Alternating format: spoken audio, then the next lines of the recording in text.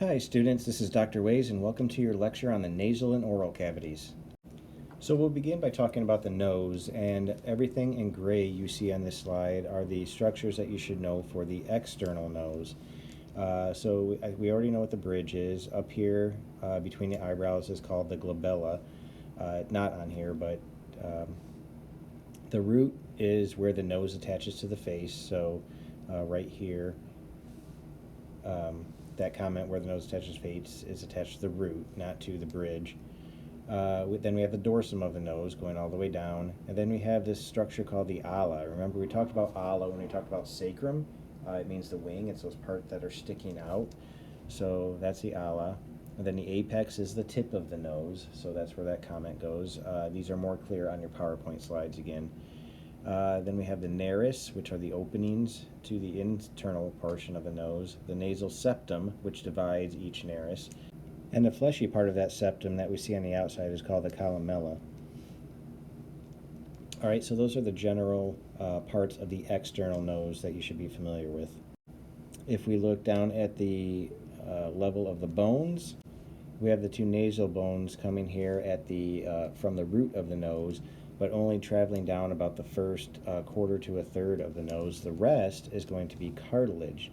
All right, so what we want to talk about on this slide is the cartilage that makes up the nose.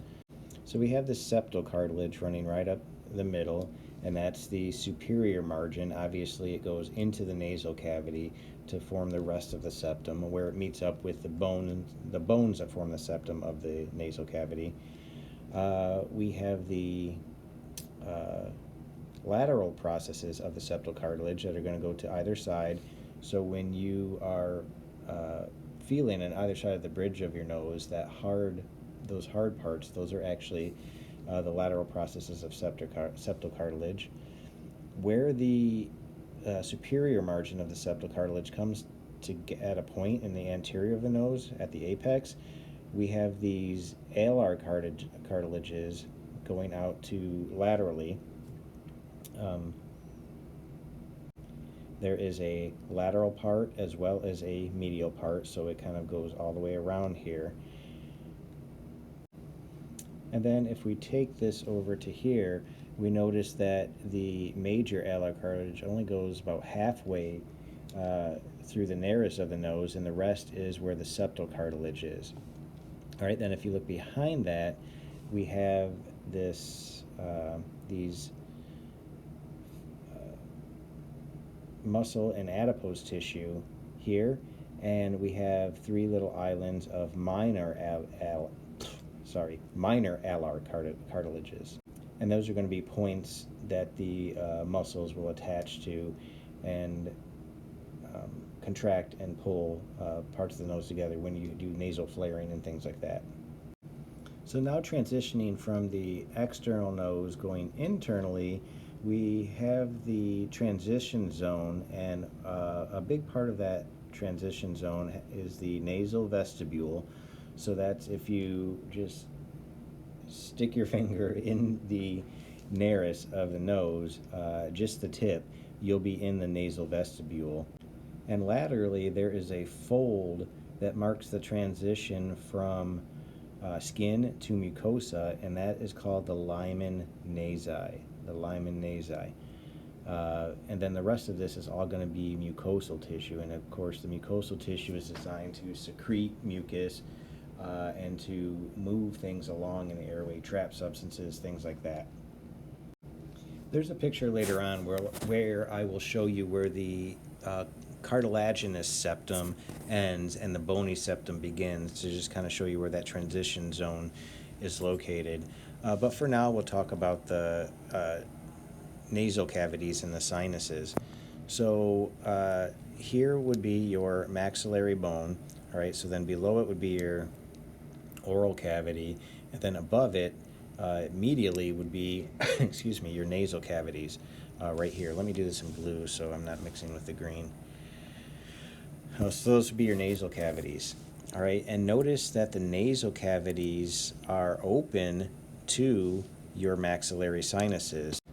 All right, so the bony part of the septum will consist of the vomer at the inferior end, and the perpendicular plate of the ethmoid bone at the superior end. And then of course you have the crista galli here, so here would be your cranial cavity up here, and then on either side of the ethmoid bone you'd have your orbits where the eyeballs are, and then all of the sinuses or empty spaces that are within the ethmoid bone are then going to be considered ethmoid cells, otherwise known as our ethmoid sinuses, and these are lined with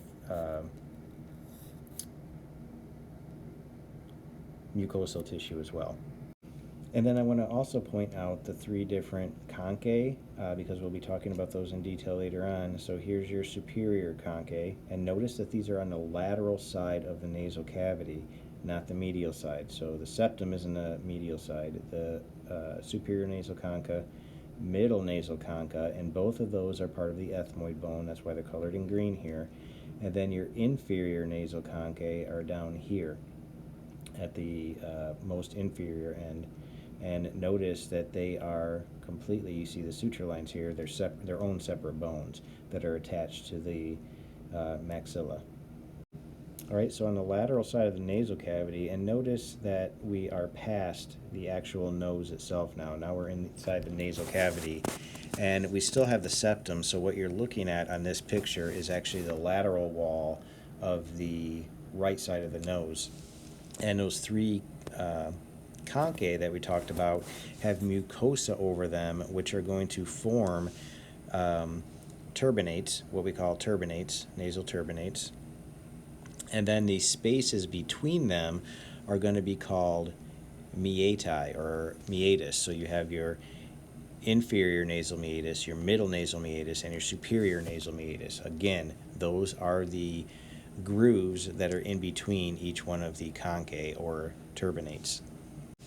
All right, if we look from the posterior side of the skull, posterior and inferior, here we see the septum right here made up of the vomer and the perpendicular plate, and here we see our nasal conchae, but we still have two completely discrete holes for each nasal cavity right here, and those from the back are called choanae, or if you want to talk about just one of them, it's called the choana. And notice that they are coming out within the sphenoid bone right here. So the back of the sphenoid bone, and on either side of the choanae, you have the pterygoid processes. Okay, specifically the medial pterygoid plate or process of the sphenoid bone on either side. That's going to make up the lateral wall. The inferior wall will be, of course, the palatine bone, and then you have the vomer forming the medial walls, and the rest of the sphenoid forming the upper boundary, or superior boundary, if you will. All right, so looking at the front of the skull, the whole point of this slide is to show you the piriform aperture, which is right here. Piriform actually means pear or pear-shaped, and so you look at the pear-shaped hole that is created in the facial bones of the skull, which is going to be where the nasal cavities reside. And of course you can see that on an x-ray. If you look, here's the piriform aperture right here, and you can see the septum made up of the perpendicular plate as well as the vomer, and if you look carefully you can see a little bit of the nasal conchae. All right, from a medial view, looking at the lateral part of the nasal cavity, we can see all the bones and how they're put together, and you can see the boundaries of the nasal cavity. So I'm not going to read them all off here. We've went over every single one of these bones and parts, so use this as a review. But what I want to point out here is that here's your nasal bone, here is the perpendicular plate of the ethmoid bone, and the vomer, which form the bony part of your nasal septum, and then the cartilage, the septal cartilage, forms the rest. All right, so the septal cartilage makes up most of the anterior portion of your septum, and then behind that would be the the bones. All right, as we said before, the mucous membranes, once you get into the nasal cavity, past this point right here, completely line both the lateral and the medial borders, actually all borders of the nasal cavity. All right, and just to point out that the conchae are specifically the bones, the meatus is are the spaces underneath the bones. Okay, and the function of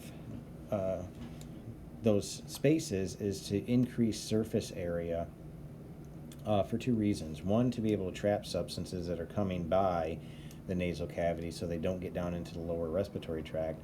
And the second reason is that this allows more air to come in contact with the mucous membrane, so it warms and moistens the air also before it gets down to the lower parts of the respiratory tract. And the importance of that is so that by the time the air reaches the alveoli of the lungs, it's at body temperature and doesn't come as a shock to the lungs. Okay, so we can think of the nasal cavity back here as being divided into thirds, and the lines would generally be where the meati are. And so the upper third, this area right here, would be called our olfactory region because we have our cribriform plate here, and we saw that those cells come down here and have appendages with receptors that allow us to smell. And then the rest down here would be considered our respiratory region, the lower 2/3. And again, that's going to function in that debris removal, warming and humidifying air that we talked about at the start of this. All right, those mucous membranes extend into the sinuses as well. We talked about how the nasal cavities extend and showed how the nasal cavities extend into the maxillary sinuses and how they are connected to the ethmoid sinuses, but they are also connected to the frontal sinuses as well, and the frontal bones. And you can see those in the x-ray right here. The frontal bones, a slightly less dense area where the blue is outlined. All right. So the function of sinuses, one, they reduce the weight of the skull. So the more space you have in bones, the less they're going to weigh, and therefore the less heavy your head is going to be. And it also serves as resonant chambers for vocalization. So it gives your voice a kind of quality to it, allows for more vibrations as words are being formed. Another thing to point out is that within the nasal cavity, on the lateral sides, going into the inferior meatus of the nasal cavity, you have the lacrimal ducts. And so any tears that are formed are going to enter into this duct system and then drain into our nose, which is why when we're crying, our nose also gets very runny and stuffy because all those tears are draining into the inferior meatus of our nasal cavity. All right, point out some spaces here. Here is the superior nasal conchae, middle nasal conchae, and inferior nasal conchae. I'll do those in blue. In red, I will do the superior meatus, middle meatus, and inferior meatus on either side. And the reason why I'm pointing these out is that to show you how the sinuses are connected to the nasal cavity.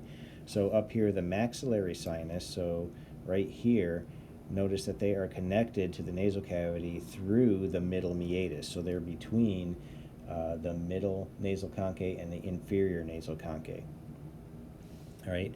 The frontal sinus, as well as the ethmoidal sinuses, also drain into the middle meatus anteriorly. So anteriorly towards the anterior portion of the nasal cavity, they will drain into the middle meatus, and they will drain into the superior meatus. Superior meatus posteriorly.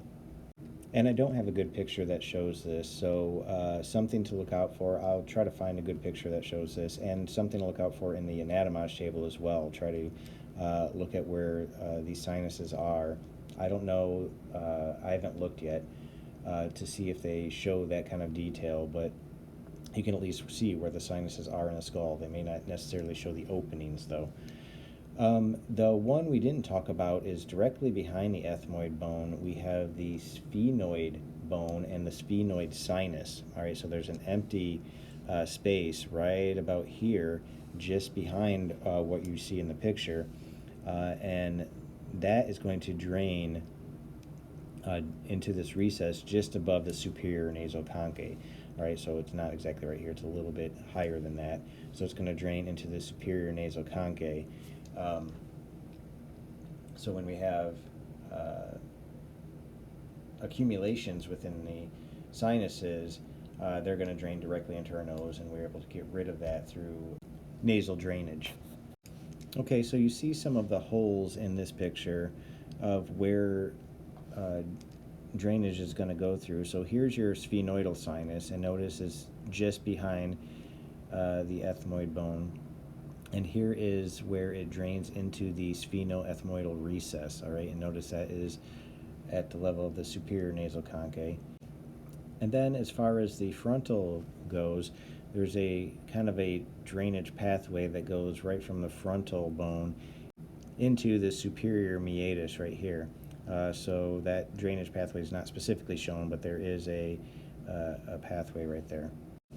We've stated this before, but since we're talking about the nasal cavity, it's worth mentioning the olfactory nerve again. Remember, that is cranial nerve number 1, and it sits right here within the cribriform plate of the ethmoid bone on either side of the crista galli. And those cells that are in there, the basal cells, will send out appendages, branches, again, that have receptors for different chemicals. And when, so remember, this is the olfactory part of the nasal cavity. So when the chemicals reach this area, they're going to bind to receptors, trigger signal transduction pathways, which will then send nerve signals to the brain for that smell to be interpreted down the olfactory nerve, cranial nerve 1. And so those basal cells, the branches from the basal cells, are going to be embedded in both the lateral wall associated with the superior nasal conchae within the mucous membrane, not within the bone, but within the mucous membrane. And it's also going to be within the mucous membrane of the medial wall associated with the septum, that perpendicular plate right here. All right, so they're going to be on either side, not just hanging freely in your nasal cavity, but attached to either side of the mucous membrane, and that's where they're going to pick up the chemical signals and transmit them to the olfactory nerve. All right, if you've ever had a bloody nose, then you are very well aware that the nasal cavity has an extensive blood supply to it. And I don't care that you know the actual names of the arteries that are going to supply the nasal cavity with blood. As you can see, there are at least 1, 2, 3, 4, 5 different branches that are going in there, and this is just one side. But there's going to be a place where a lot of them come together, and that is referred to as Kesselbach's plexus. And specifically, the plexus is a vascular network within the septum. So this is a septum, not the lateral part of the nose, or nasal cavity rather, where all of these arteries anastomose with each other, supplying arterial blood to the nasal septum.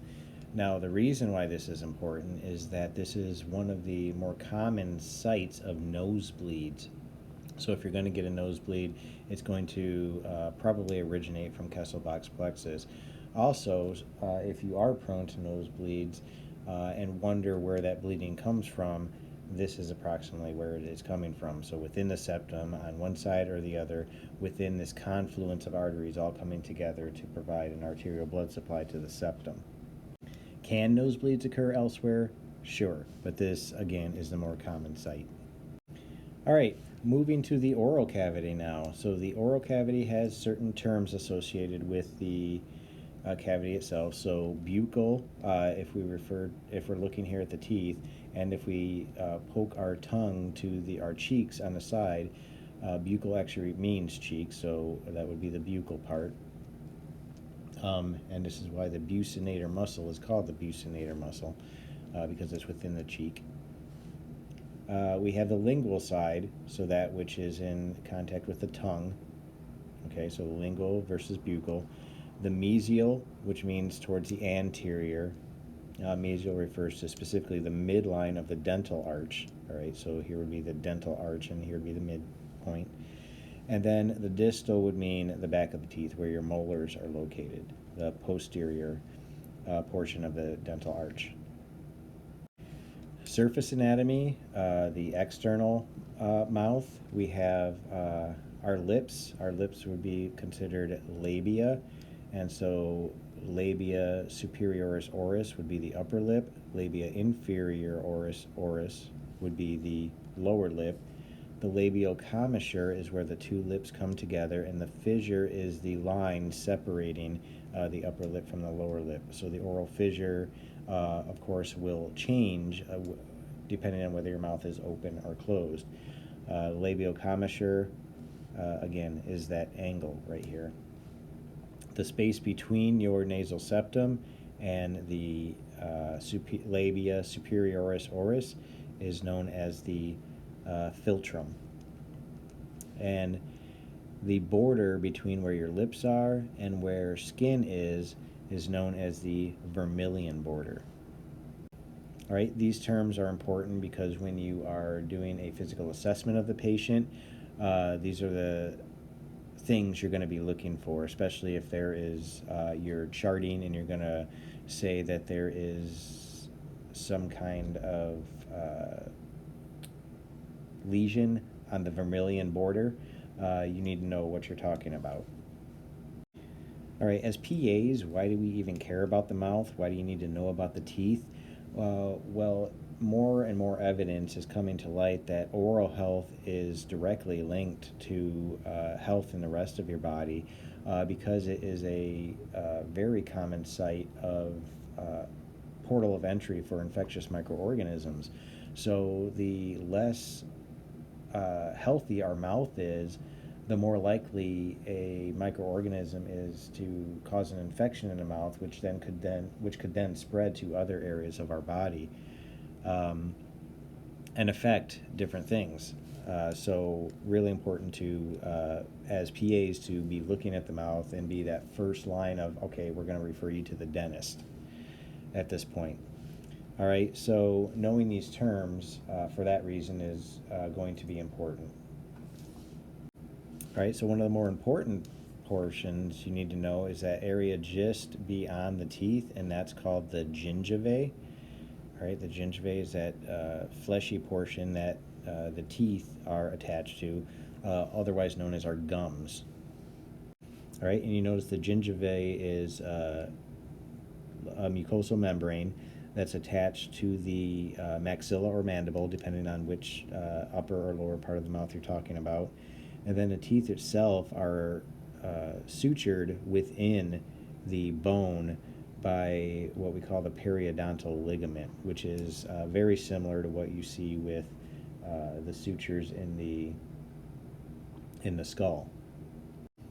All right, the uvula is at the back of the oral cavity, the posterior part of the oral cavity, and what it is basically a muscular and mucous membrane fold that extends down from the soft palate, and its job is to block the nasopharynx, so it goes upward to block the nasopharynx when you're swallowing, to prevent anything that's going down your throat, whether it be air or food or drink. Make sure it goes one way, down and not up. So this will swing back and close off the nasopharynx. And just to point out again that this uvula, we can test for the function of cranial nerve 9 and 10 by having our patient say ah and check the movement of the uvula. All right, you should be aware generally about which teeth are which. So the maxillary teeth are going to have the same nomenclature as the mandibular teeth. So the front two are going to be our central incisors. Just next to that are going to be our lateral incisors. And then the demarcating point right here would be the blue. Those would be our canines. Those are the ones that are going to be come to a point. All right. The two just in posterior to that are going to be our premolars. And then the last few teeth are going to be our molars proper. All right, and this is, of course, in the adult situation. In kids, you're going to have a slightly different situation where you have the baby teeth versus the adult teeth that are coming in. So we're just going to cover the adult teeth, not the baby teeth. And so for each set, upper or lower, we have 2 central incisors, 2 lateral incisors, 2 canines, 4 premolars, and 6 molars, 3 on each side. So in total, that gives us 10, 11, 12, 13, 14, 15, 16 teeth in the upper and 16 teeth in the lower, and that gives us a total of 32 adult permanent teeth. And all adult teeth should be in by the time a child reaches about 12 to 14. All right, moving on to the tongue. Remember 2 words that are associated with the tongue. One would be lingual, and the other would be glosso. So anytime you see those terms, you know they're going to be associated with the tongue. All right. Remember, the tongue is both a muscular as well as a sensory organ. The sensory part, of course, is taste, and the anterior 2/3 is supplied by the facial nerve. All right. The taste sensation is supplied by the facial nerve. And general sensation is supplied by the mandibular nerve. So when we touch our tongue and we feel that our tongue's been touched, that's going to be supplied by the mandibular nerve, a branch of the trigeminal nerve. And the posterior 1/3 of the tongue, what we refer to as the pharyngeal tongue, and if you look, you can barely see that part of the tongue. So the posterior 1/3 is part of the tongue that you don't actually see because it's within the oral pharynx. And it's going to have some taste that's supplied by the glossopharyngeal nerve, or cranial nerve number 9. All right. The motor, of course, we know would also come from the hypoglossal nerve, and that's all these muscles down here associated with the movement of the tongue. So the tongue's actually a lot more complicated structure than what we are visibly able to see in our mouth. If we lift the tongue up and look on the underside, there is this structure, looks like a septum, that's called the lingual frenum. And just below that, we have openings to our submandibular glands. So these 2 little openings right here are openings to a gland, one of the glands that secrete saliva. All right, so other glands that secrete saliva, one being the parotid gland, and the parotid gland goes from the ramus right here of our mandible, so that's where it's going to be located, around the ramus of our mandible, extending a little bit forward into our cheek, and it's going to have a duct that goes into the lateral portion of our cheeks and opens right about here, and you'll be able to see that in each other and in your patients, and that is known as Stenson's duct, the parotid duct or Stenson's duct. And this is one of the things you're going to be looking for when you do your physical exam lab, is Stenson's duct. All right. Here, again, the sublingual gland, of course, that's going to be underneath your tongue on either side laterally, and the openings are going to be underneath that lingual frenum. All right, to be a little more specific, underneath our tongue, we're going to have these sublingual glands. And the sublingual glands, if you look here, are going to have multiple openings that run along the length of the underside here. And at the front here, or anterior end, are going to be the openings of our submandibular gland. And the submandibular glands, if you look up here, are going to be running along the sides of the mandible here. And their duct is going to open up here in the middle, and those ducts are also known as Wharton's ducts. All right, so two of the ducts that you should be able to find when you do your physical exam are Wharton's ducts, and those are pretty easy to find, as well as Stenson's ducts that we saw in the previous slide that are from the parotid gland, and those can sometimes be a little harder to find depending on how rough the mucosal membrane of the cheek is, but you should be able to find both of them. Okay, blood supply to the oral cavity in general comes from the external carotid artery right here, and branches that are coming out from the external carotid artery. And the nerve supply, we've already talked about several of them. We have the hypoglossal nerve that's going to the muscles of the tongue. We have the glossopharyngeal nerve that's going to take part in the taste sensation of the posterior third of the tongue. And then we have the lingual nerve from V3 going to the tongue, providing sensations of being touched. And we also have the facial nerve going to the tongue that's not shown here. And remember, that's going to supply taste to the anterior 2/3 of the tongue. Okay, so parasympathetic innervation from the trigeminal nerve is going to go to the various ducts that are within the oral cavity, because remember, parasympathetic is rest and digest, so during periods where you are thinking about food or eating food or smelling, something being cooked, parasympathetic stimulation is going to begin secretions from these submandibular, sublingual, and parotid glands to start secreting saliva. And the purpose of that, of course, will be to begin the process of digesting food.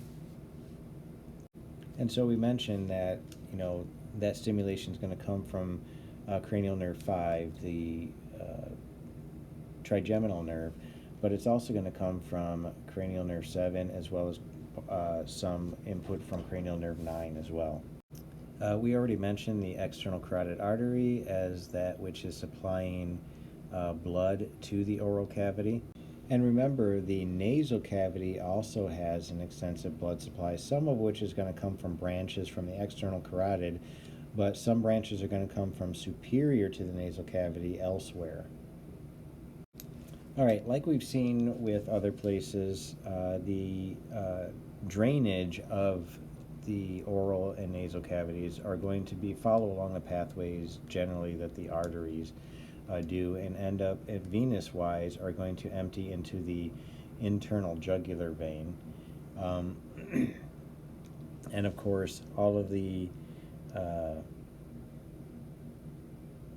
lymph nodes that are within these areas, the submental, submandibular lymph nodes, those in the anterior triangle of the neck, are also going to drain, the ones you're responsible for being able to identify in a physical exam, are all going to drain and then end up going into the thoracic duct, which then empties into the subclavian vein and re-enters circulation.